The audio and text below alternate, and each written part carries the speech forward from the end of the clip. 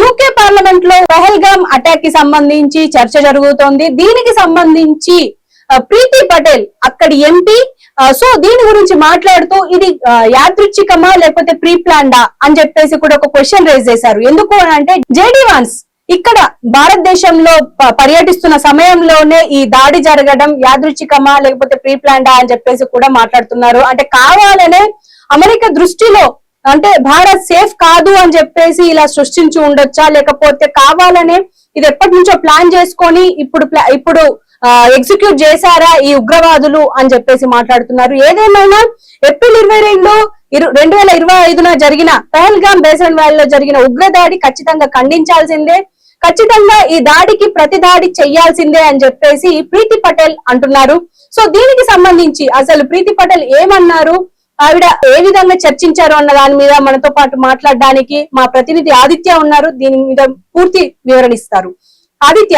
హారిక, ఉగ్రవాదులు పెహల్గామ్ లో దాడి చేసిన తర్వాత ప్రపంచ వ్యాప్తంగా కూడా భారత్ కు మద్దతు తెలుపుతూ చాలా మంది మాట్లాడారు. ఈ ఉగ్రవాదాన్ని నాశనం చేయాలని కూడా చాలా మంది వాళ్ళ అభిప్రాయాలు ఎక్స్ప్రెస్ చేశారు. అందులో ముఖ్యంగా జేడీ వ్యాన్స్ కూడా ఉన్నారు.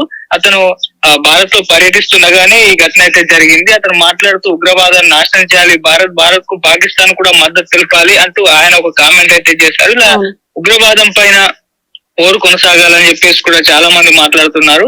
ఆ నేపథ్యంలోనే భారత్ కూడా కంప్లీట్ గా ఉగ్రవాద స్థావరాలను నాశనం చేయడానికి ఆపరేషన్ సింధూర్ పేరుతో ఒక అటాక్ అయితే చేసింది పాకిస్తాన్ లో. సో మొత్తం 9 ప్రాంతాల్లో చేసి ఉగ్రవాద స్థావరాలని చాలా వరకు అయితే నాశనం చేసింది.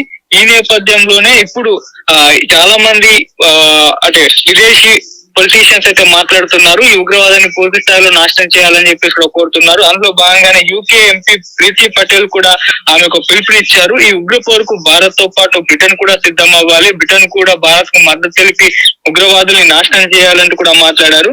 సో అంటే ఏప్రిల్ 22న పహల్గామ్ లో టెర్రరిస్టులు అత్యంత క్రూరంగా కూడా 26 మంది పర్యాటకులను కాల్చి చంపారు. చాలా మందిని అతి సమీపం నుంచి తలపై కాల్పులు జరిపి మరి కూడా హతమార్చారు. సో ఈ ఘోరమైన ఉగ్రదాడి బాధితులందరికీ కూడా నా ప్రగాఢ సానుభూతి తెలియజేస్తున్నానంటూ కూడా ప్రీతి పటేల్ పేర్కొన్నారు. ముంబై, న్యూఢిల్లీ వంటి నగరాల సరసన ఇప్పుడు పహల్గామ్ కూడా ఉగ్రదాడులతో గాయపడిందని చెప్పేసి కూడా ఆమె ఆవేదన వ్యక్తం చేశారు. భారత్ పాకిస్తాన్ల మధ్య ఉద్రిక్తతలు తగ్గాలని ఆకాంక్షిస్తూనే పాకిస్తాన్ కేంద్రంగా పనిచేస్తున్న ఉగ్రవాద సంస్థల నుంచి పొంచి ఉన్న ముప్పును బ్రిటన్ గుర్తించాలని కూడా పటేల్ అయితే స్పష్టం చేశారు. భారత్ తనను తాను రక్షించుకోవడానికి మరణాలకు కారణమవుతూ నిరంతరం ముప్పుగా పరిణమిస్తున్న నీచమైన ఉగ్రవాద మౌలిక సదుపాయాలను కూడా కూల్చివేయడానికి సహేతుకమైన చర్యలు తీసుకునే హక్కు ఉందని, పాకిస్తాన్ లో స్థావరం ఏర్పరచుకున్న ఉగ్రవాదులు భారత్ కు ప్రత్యర్థ దేశాల ప్రయోజనాలకు ముప్పు కలిగిస్తున్నారని కూడా మనకు తెలుసు అని చెప్పేసి ఆమె కూడా వ్యాఖ్యానించారు.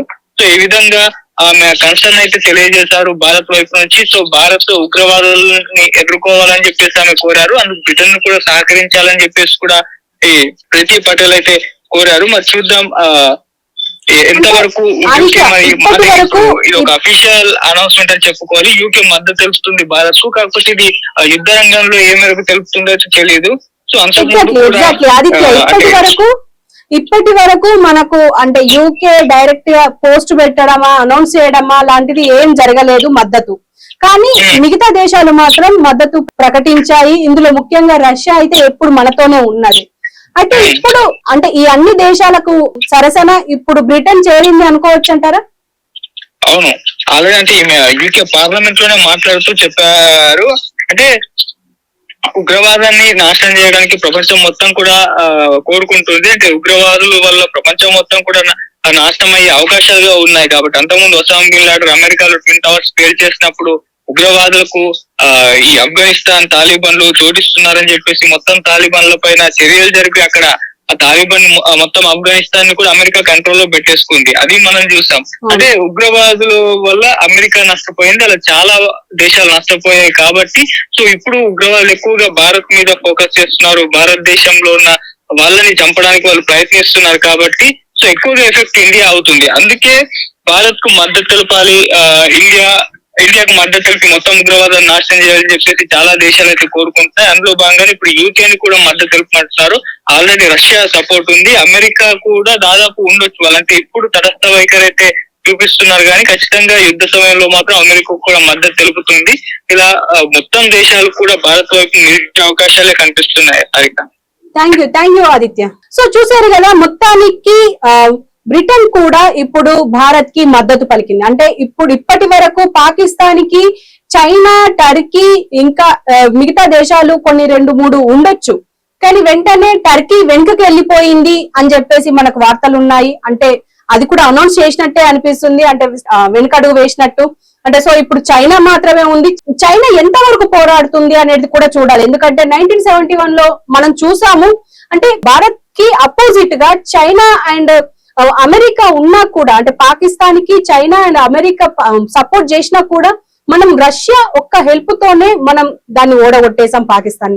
ఇప్పుడు ప్రస్తుతం చైనా మాత్రమే కనిపిస్తుంది ముందడుగులో, కానీ మనకు మాత్రం అంటే ఇప్పుడు అమెరికా ఇప్పుడు తటస్థ వైఖరి వహించినప్పటికీ రేపటి నాడు ఒకవేళ యుద్ధమే సంభవిస్తే ఖచ్చితంగా అమెరికా భారత్ కే సపోర్ట్ చేస్తుంది అని చెప్పేసి ఖచ్చితంగా 99.9% నమ్మకం ఉంది అందరికి. సో దీని గురించి ఇంకా మనం చర్చించక్కర్లేదు. కానీ ఇప్పుడు పార్లమెంట్, యూకే పార్లమెంట్ లో కూడా దీని గురించి చర్చ జరిగింది, పెహల్గామ్ ఉగ్రదాడికి సంబంధించి. సో ఇప్పుడు ఎంపీ ప్రీతి పటేల్ మాట్లాడిన మాటలు కూడా ఆలోచించదగినవి. అంటే ఇది యాదృచ్ఛికమా లేకపోతే కావాలనే ఇలా చర్యలు పాల్పడ్డారా ఈ పాక్ ఉగ్రవాదులు అని చెప్పేసి మాట్లాడుకోవాలి. ఖచ్చితంగా మరి దీనిపైన కూడా చర్చ జరగాలి. ఎందుకంటే జేడీ వ్యాన్స్ అంటే అక్కడి ఉపాధ్యక్షులు ఇక్కడికి వచ్చి మన దగ్గర పర్యటిస్తున్న సమయంలో ఇలాంటి దాడులు జరగడం చాలా దారుణం. పైగా సివిలియన్స్ మీద ఇలాంటి దాడి జరిగింది. మరి చూడాలి మరి ఏం జరుగుతుంది అనేది. సింధు 2.0 అంటే ఆల్రెడీ రెడీగా ఉంది అని అనిపిస్తుంది. చూద్దాం మరి ఏం జరుగుతుంది అనేది.